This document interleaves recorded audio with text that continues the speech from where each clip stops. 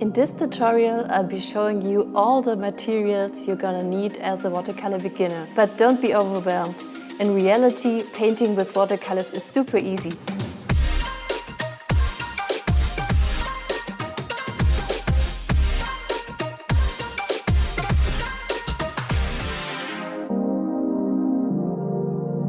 Okay, let's start with watercolor papers. Watercolor papers do have an absorbent phase, so you can work with a lot of water on it and it will hold it. So you can do different techniques you won't be able to do with a printed paper, for example. So they come in single sheets or sometimes they are in blocks. And it depends on what you like. Important is the texture of the paper. They come with different grains. The beginner-friendly one is cold-pressed paper. You can find all information on the blog. So here you can see that it's cold-pressed and also that there are 20 sheets in it and that it's heavyweight. Now let's talk about different watercolor mediums. The most classic one are watercolor paints. You can see this 24 color set by STAEDTLER. These are tubes. We can have a look at them. Watercolor paints do come in different consistencies.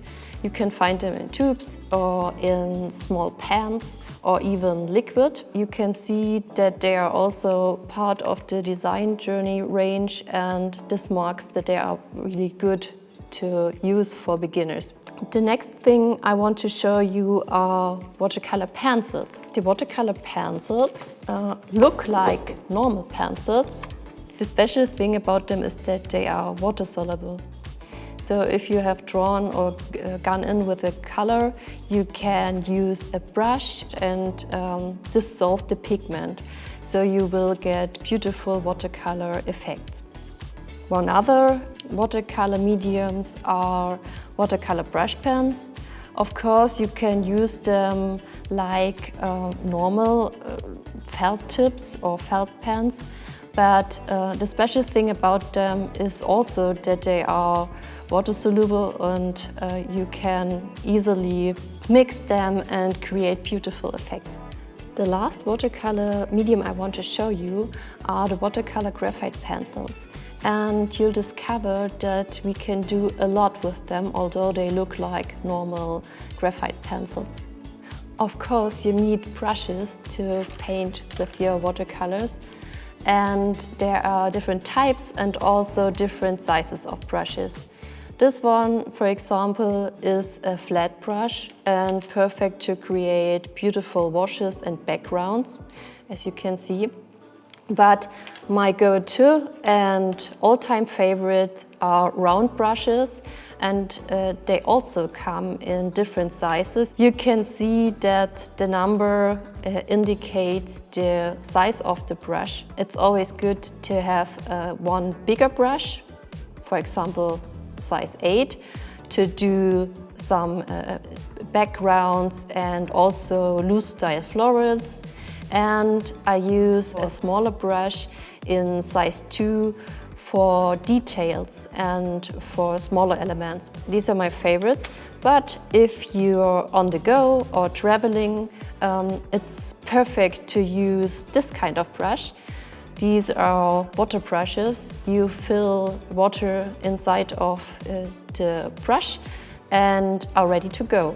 I think it's the perfect combination with watercolor pencils and also with brush pens. If we work with watercolors or watercolor mediums, it's also important to have 1 or 2 jars of water, of course, and one paper towel. So you can blot your brush on it and even fix small mistakes. And most of the times you will need a palette. And you can use one like this, or you can use a simple plate or something you have at home. So if you are a beginner, it's really great to have a set where maybe different watercolor mediums are combined, or you already have a water brush and water pencils So this is really good. My favorite one is the floral watercolor set. The colors are such a perfect combination, and you also have the watercolor graphite pencil in it and a pigment liner, so you can do everything with it. Now you know everything about the watercolor supplies you need to create beautiful paintings. So let's go! But before you pick up the brush, let's check out 10 common mistakes which can happen when you paint with watercolors and how to fix them.